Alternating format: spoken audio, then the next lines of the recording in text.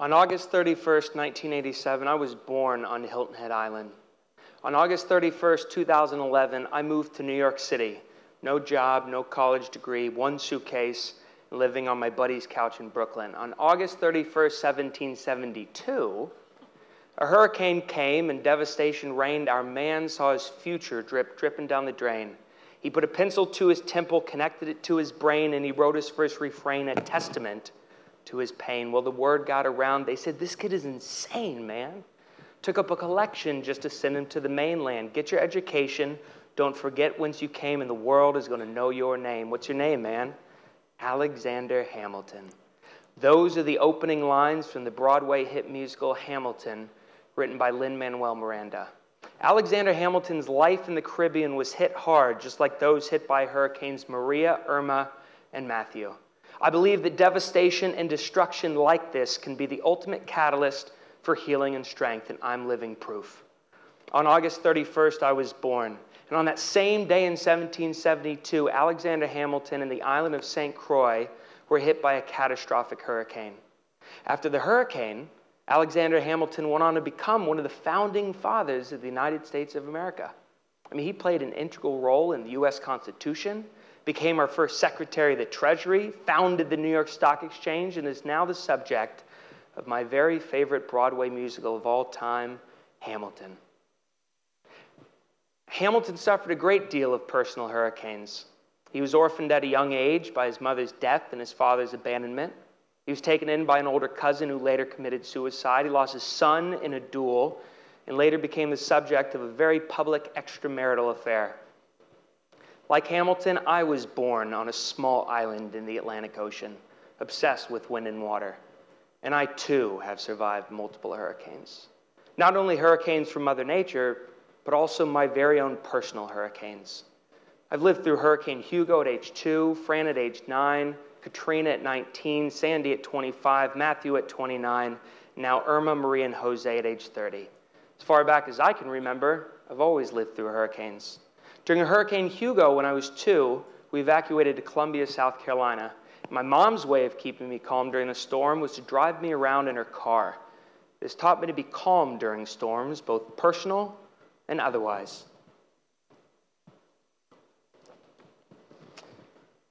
I was an afflicted kid in high school. You know, everything looked like it was perfect on the outside, but that's because I was living a lie.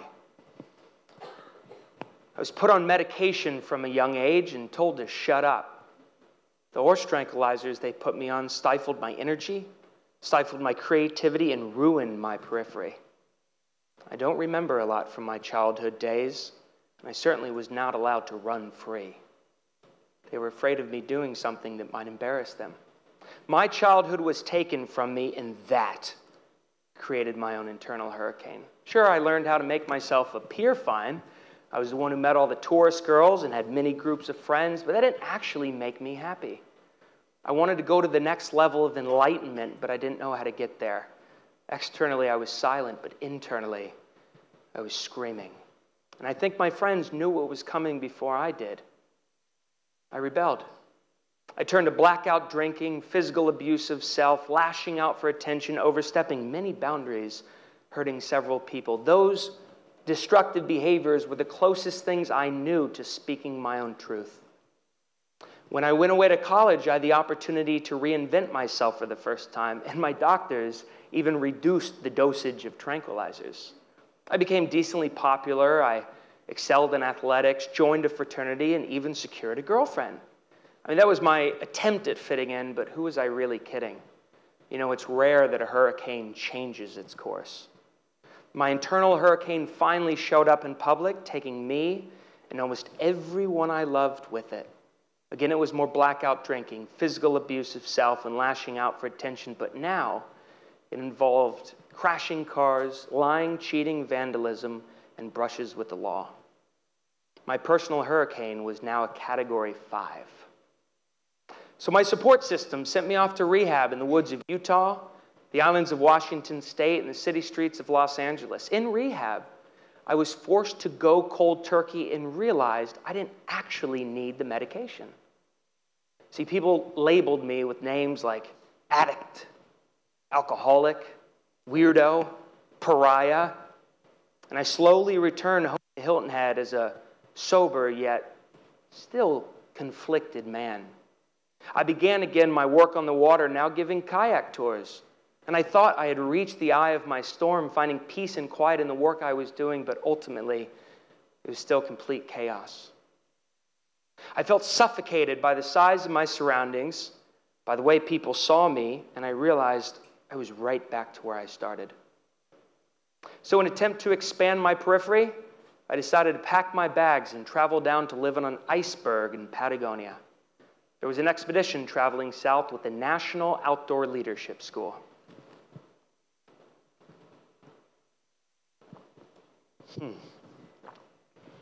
Patagonia was beyond my wildest imagination.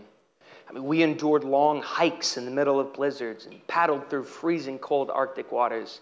I could climb to the top of a cliff and scream at the top of my lungs, and nobody would tell me to shut up. I could see further than I ever could before. I was hundreds of miles away from civilization and forced to do nothing except submit to what was bigger than me. In Patagonia, I became powerless to Mother Nature.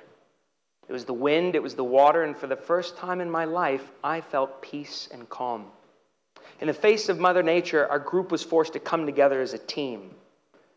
For the first time in my life, I was held accountable for other people's survival. I couldn't get away with lying, cheating, or vandalism. Seeing how grand of a power she could be taught me that I, too, could grow and become a force to be reckoned with. When we would prepare for Mother Nature to hit us, life got very simple. Seek shelter, connect. I then realized that her empathetic, physical nurturing is what I secretly craved, and the winds finally stopped. Hurricane comes from the 16th century word huracan. It means a storm with a violent wind. See, in the 16th century, the Spanish worshipped the god of the storm. I worship the goddess of the storm. She is the goddess of the stars, goddess of the wind, goddess of the water. Mother Nature is my higher power. She has the ability to create immense destruction and profound healing simultaneously. Hurricane Sandy hit New York City in October of 2012 during the play I was producing. Now, in that storm, our lightboard operator was killed when a tree fell on him. It was the first hit I had experienced by Mother Nature since my own storm. It felt personal, but because my mom had taught me to remain calm, I did. Now, the day after the storm, my phone rang, and it was the lightboard operator's girlfriend calling to say she'd like to take over his job for the rest of the performances. I mean, at that time, there were no subways, buses, or cars with less than 3 people that were allowed in or out of the city. And the next morning, in preparation for our matinee, she walked from Coney Island in Brooklyn over the Manhattan Bridge and up to my apartment at 72nd Street in Central Park West, all the while carrying a 30-pound backpack filled with the clothes for his funeral, which was the next day. Her resiliency continues to inspire and have a massive impact on me to this very day. See, when Mother Nature destroys, she also brings people together to form human bonds. Sometimes when that destruction is far bigger than we imagine, we can lose our sense of purpose, our direction, our ability to see clearly what's most important to us. But those human bonds help us regain our meaning and purpose and remind us to love thy neighbor. See, when we go through destruction alone or together, we're given an opportunity to connect, to rebuild.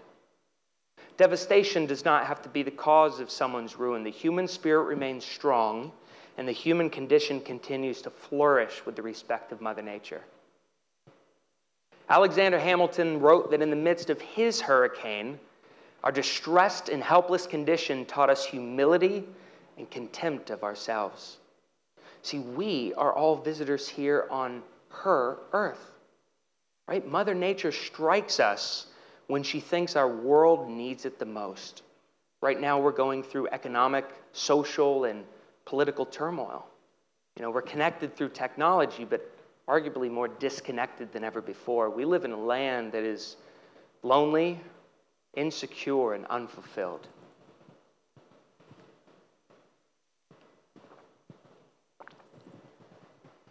my loneliness is cured by my connection to the maternal energy that comes in the wake of Mother Nature's destruction. She's raw, liberating, and seductive. I regularly seek out maternal energy in my life through Reiki energy healers, partnered meditation, and cuddle therapists. My desire to be around the chaos of the wind and the water is satisfied by the maternal energy I've sought out and the empathy that Mother Nature provides. See, empathy, as defined by Roman Krznaric, is the art of imaginatively stepping into the shoes of another person, understanding their feelings and perspectives, and using that knowledge to guide your action. Empathy is not sympathy. Empathy is not compassion. It doesn't come from looking within, but from looking around. And hurricanes, as destructive as they are the reset button for our world. They create instantaneous and unapologetic empathy. Empathy has the power to heal broken relationships. Empathy has the power to inspire and motivate entire movements into action.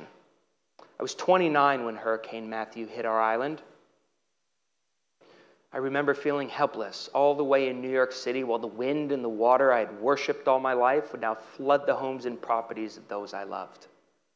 Hurricane Matthew stripped our island of its lush forest and privacy. That is what I was most sad about. But now I see her pruning as a gift, forcing us to see each other and connect in devastation. Her pruning has created space for me to return as I really am. Right? The island that once suppressed me and my energy now embraces me and my unique voice. Resilience is the ability to overcome illness, depression, adversity, or the like. And resilience is one of our greatest gifts. Sometimes we have to go through an addiction, a war, or a hurricane just to realize how strong we are. Mother Nature will save us. She can also destroy us at will, but ultimately she will embrace us. I'm sharing this message to help people find comfort and connection through loss and destruction. Personal and physical upheaval brings families closer by bringing up the emotion. Yes, things get destroyed, but can also be rebuilt. You know, if we can be resilient during these kinds of turbulent times, we can survive anything. A hurricane brought Alexander Hamilton to us. A hurricane brought me to this TEDx stage. A hurricane brought us together. This is an opportunity to go deep, to be bold, and to build something far greater than we could have ever imagined. Hurricanes are Mother Nature's acts of empathy.